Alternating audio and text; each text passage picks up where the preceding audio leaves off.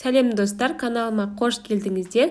Өте дәмді, жұмсақ болып шығатын қамырдан пирожки жасаймыз. Каналыма жазылуды, лайк басып, комментарий жазуды ұмытпаңыздар.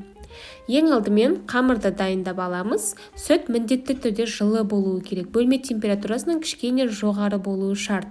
Үстіне қант пен ашытқыны салып 5 минутқа демалдырып қоямыз. Бізде ашытқы оянуы керек. 5 минуттан кейін сұйық май құямыз. Тұз саламыз.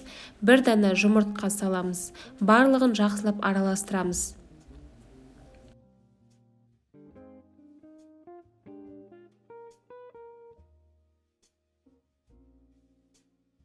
Енді електен өткізілген ұнды саламыз. Мен ұнды 3 бөлікке бөліп салдым. Ұн, жұмыртқа әртүрлі массада болып келеді. Сол үшін бізден нақты неше грамм ұн қажеттігін білмейміз. Сондықтан ұнның барлығын бірдей салу қажет емес. Бізде қамыр жұмсақ, қолымызға жабыспайтын болып тұруы керек.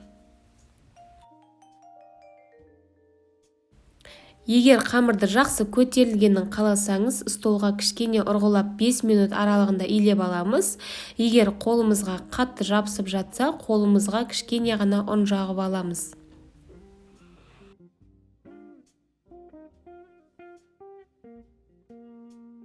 Қоятын ыдысымызды майлап аламыз, қамырды қоямыз. Кем дегенде 1 сағатқа жылы жерге қоямыз.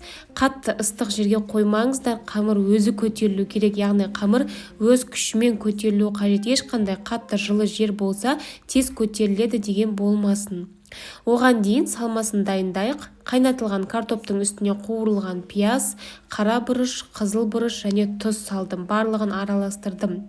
Көтерілген қамырдың үстіне кішкене ғана ұн себеміз. Өзімізге керекті пішінді жасап аламыз. Барлық қамырды кішкентай дөңгелекті пішінде кесіп, орналастырып шығамыз. Видеода кішкентай қамырдың қалай дөңгелек ету жолын көрсетіп жатырмын. Анықтап қарап алыңыздар. Бас бармақпен, яғни бірінші саусақпен соңғы 5-ші саусағымыз арқылы айналдырамыз. Сонда барлық жері дөңгелек болып шығады. Столға кішкене ғана ұн себеміз, оқтаудың көмегімен жұқалап жаямыз. Ортасына салмасын салып, екі жағынан біріктіріп, сол біріккен жерді алып, өру арқылы сәндеп шығамыз. Осылайша барлық пирожкилерді жасап, противеньге саламыз.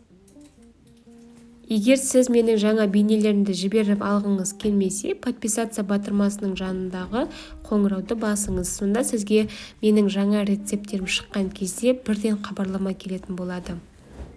Беті бірдей қызарып шығуы үшін жұмыртқаның сарысының үстіне кішкене ғана сүт құямыз. Сонда жақсы жағылатын болады және піскен кезде барлық жерлері бірдей түсті болып шығады. Енді осыны қызып тұрған 200 градусты пеште шамамен 30-35 минут пісіреміз. Пештен шығарғаннан кейін суланған ас сүлгісін қатты сығып аламыз. Пирожкидің бетіне 2 минутқа жауып қоямыз. Сонда қамыр жұмсақ болып шығады. Пирожкилар өте дәмді болып шықты. Мен осы жерде аз дайындап қойыппын деп өкіндім. Себебі ыстық болып тұрған жерінен тез жеп қойдық. Салмасын неше түрлі начинкалармен алмастырып отырсаңыздар да болады.